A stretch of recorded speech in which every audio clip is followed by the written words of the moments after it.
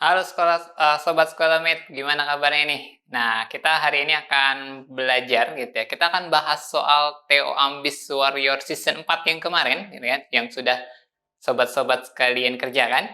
Nah, kita akan bahas beberapa soal yang mungkin cukup menarik gitu ya, cukup menarik, tidak susah, tapi bisa jadi juga tidak mudah gitu ya. Oke, nah langsung saja kita akan bahas 3 soal hari ini. Pada kesempatan kali ini, eh, Kakak pilihkan soal-soal yang spesial gitu ya. Oke, kita akan mulai. Oh iya, sebelumnya kita perkenalan dulu nih ya. Kalau yang belum pernah ketemu sama Kakak, Kakak sebagai tutor kimia, nama Kakak Kak Amar gitu ya. Kita akan belajar bareng kimia bersama di sini gitu ya. Oke, langsung saja Sobat Sekolah kita akan langsung bahas ke soal yang pertama. Soal yang pertama, nah, ini soalnya, gitu ya. Di soal yang pertama, kita lihat di sini, tembaga yang terdapat di alam terdiri dari 2 isotop, yaitu isotop 65 dan isotop 63. Bila massa atom relatif tembaga 63,5, maka persentase isotopnya adalah, nah, ini materi tentang stoikiometri. Cukup mudah sebenarnya gitu ya. Tapi banyak yang kemudian keliru gitu. Nah, bagaimana untuk menjawab soal yang ini? Oke, kita lihat pembahasannya. Oke, kita lihat di sini. Di soal diketahui bahwa isotop dari tembaga atau Cu ini ada 2. Yang pertama ada isotop 65 dan ada isotop 63 gitu ya. Dengan AR tembaganya atau Cu-nya sebesar 63,5. Nah, kemudian bagaimana cara mencari kelimpahan masing-masing dari isotop tersebut gitu ya. Sebenarnya di sini kita bisa menggunakan 2 cara. Cara yang pertama kita bisa pakai rumus, cara yang kedua kita tanpa rumus gitu ya. Oke, kita akan bahas cara pertama terlebih dahulu menggunakan rumus. Oke, kita misalkan terlebih dahulu untuk isotop 65 misalkan kita anggap sebagai A%. Dan isotop 63 kita anggap sebagai 100 minus A%. 100 dari mana? 100 ini adalah total dari persentase gitu ya. Oke, berikutnya tinggal kita masukkan ke dalam rumus. Apa rumusnya? Nah, ini rumusnya. ArCu sama dengan persentase isotop pertama dikali dengan massa isotop pertama ditambah dengan persentase isotop kedua dikali dengan massa isotop kedua kita bagi dengan 100%. Nah, tinggal kita masukkan aja angkanya di sini.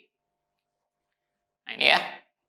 ArCu-nya ada 63,5, kemudian persentase isotop 1, tadi kita misalkan A untuk isotop 65, dan massanya 65, kemudian ditambah 100 minus A, dikali 63 dibagi 100. Nah, tinggal kita hitung biasa gitu ya. 100 dikali 63,5, 6.350 sama dengan 65A ditambah 6.300 dikurangi 63A. Nah, di sini berarti 50 sama dengan 2A, berarti kita dapat nilai A-nya itu adalah 25. Oh, berarti kelimpahan untuk Cu 25% itu sebesar kelimpahan Cu untuk yang pertama gitu ya, 65 ini sebesar 25%. Kelimpahan 63 Cu ini berarti sisanya itu sebesar 75% gitu. Nah, ini untuk yang cara pertama. Bagaimana untuk cara yang kedua?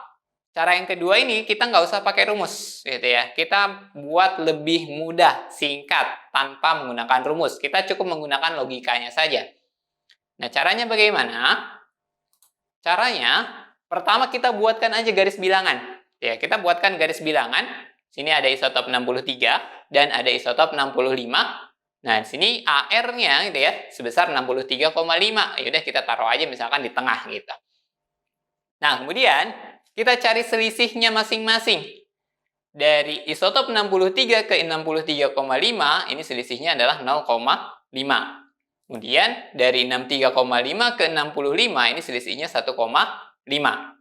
Nah, untuk mencari persentase masing-masing, gitu ya, selisih dari 63 ke 63,5, si 0,5 ini kita gunakan untuk mencari isotop dari 65. Sedangkan untuk yang 1,5 ini kita gunakan untuk mencari isotop 63 gitu ya. Jadi kita silang ya.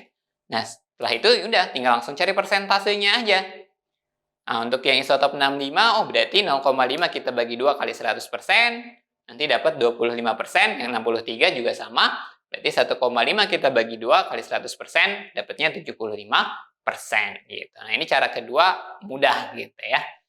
Oke, ini untuk soal yang pertama.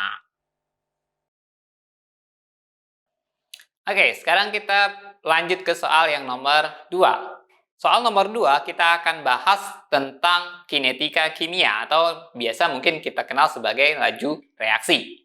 Nah, di soal yang ini, kita lihat, perhatikan profil energi untuk reaksi A ditambah B menjadi AB. Kita diberikan grafik di sini, gitu ya. Ada grafiknya. Kemudian, nilai yang berubah jika reaksi ditambahkan katalis adalah, gitu ya. Nah, di sini apa yang harus kita lakukan pada soal ini? Yang harus kita lakukan adalah kita harus bisa membaca grafik. Kita harus bisa membaca grafik. Nah, apa sih yang bisa kita peroleh dari grafik ini? Ya, pertama kita lihat dulu nih. Di sini kan katanya ditambahkan katalis. Kita harus tahu juga katalis itu apa. Gitu. Nah, kita lihat pengertiannya. Yang namanya katalis ini adalah suatu zat yang dapat mempercepat laju reaksi. Ya, tetapi pada akhir reaksi, katalis ini akan kita peroleh kembali dengan utuh. Nah, katalis ini dia berfungsi untuk menurunkan energi aktivasi, ya, dia menurunkan energi aktivasi dengan memperbanyak tahap reaksi. Jadi si katalis ini dia akan bereaksi memberikan jalur yang lain pada reaksi awal, gitu ya, sehingga energi aktivasi reaksinya itu menjadi lebih rendah. Nah, energi aktivasi itu posisinya di mana dalam grafik?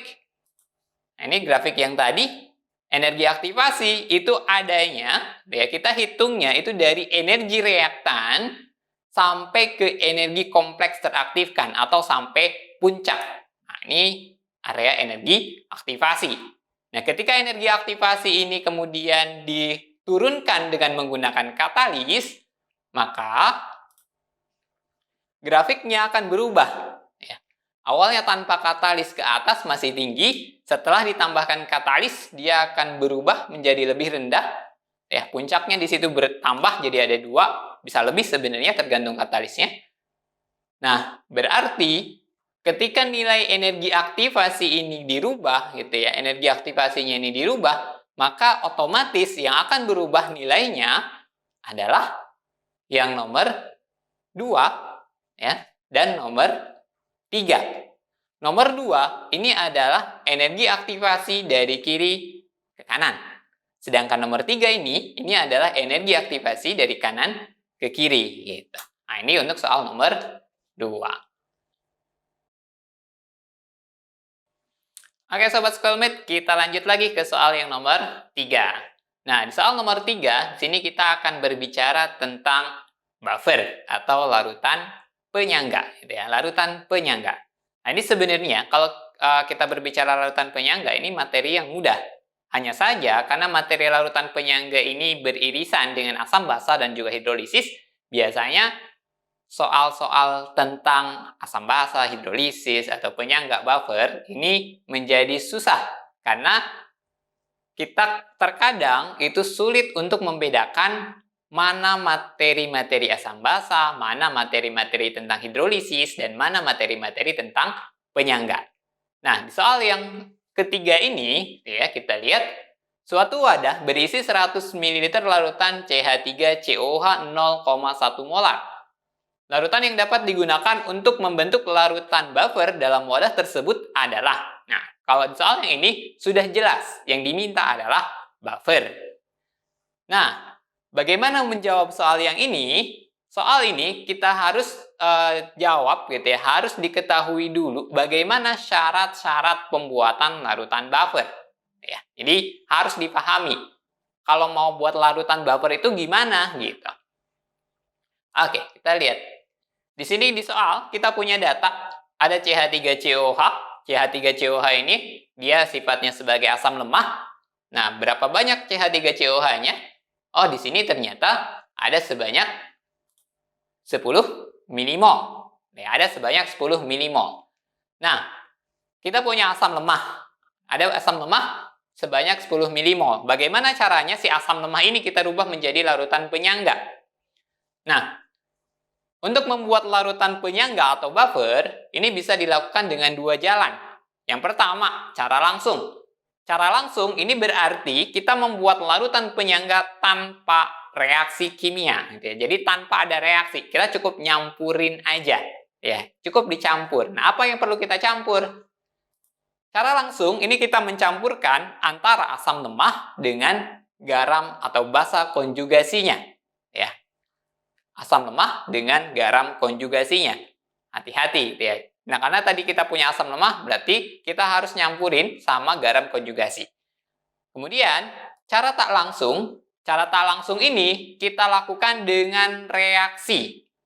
Ya, dengan reaksi kimia. Nah, apa yang harus kita reaksikan? Kalau kita mau buat buffer dari asam lemah tadi, kita mereaksikan si asam lemahnya ini dengan basa kuat. Tapi ada catatan. Catatannya adalah mol asam lemah harus lebih banyak daripada mol basa kuatnya. Atau mol H plusnya harus lebih banyak dari mol OH minusnya. Kenapa? Gitu ya. Agar ketika mereka bereaksi, si asam lemah ini dia masih bersisa. Sedangkan si basa kuatnya itu habis bereaksi. Sehingga dalam campurannya hanya akan diperoleh nanti adalah asam lemahnya, asam lemah sisanya, dan garam konjugasi yang terbentuknya.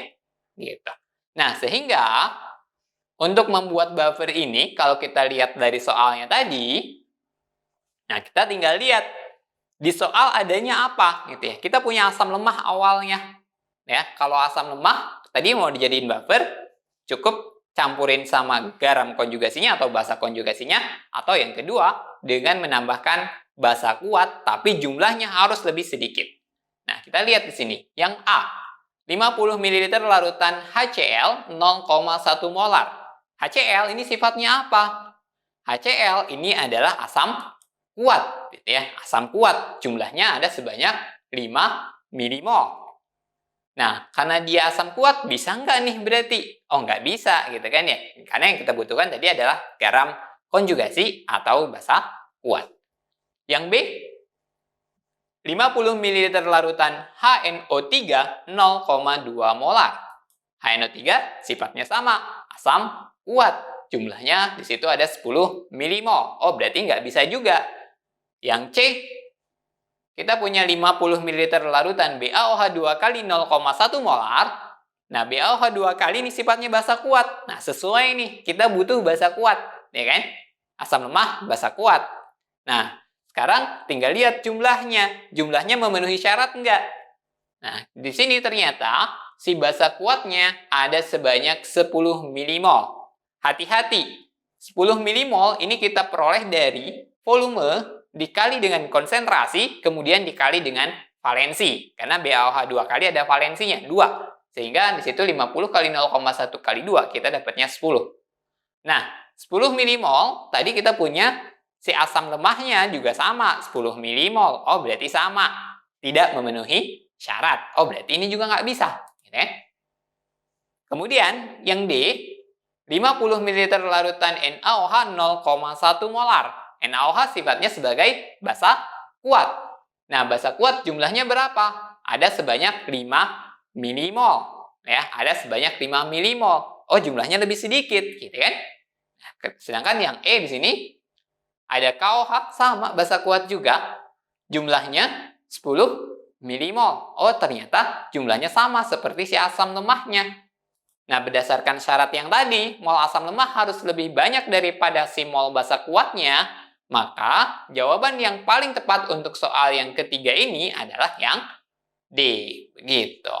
Nah, itu untuk pembahasan soal-soal kita kali ini. Ya, semoga bisa dipahami, menambah ilmu, dan jangan lupa untuk tetap ambis, gitu ya. Tetap ambis, kejar terus impian kalian. Gitu. Oke, sekian dari kakak. Sampai jumpa di pertemuan berikutnya. Terima kasih. Sampai jumpa.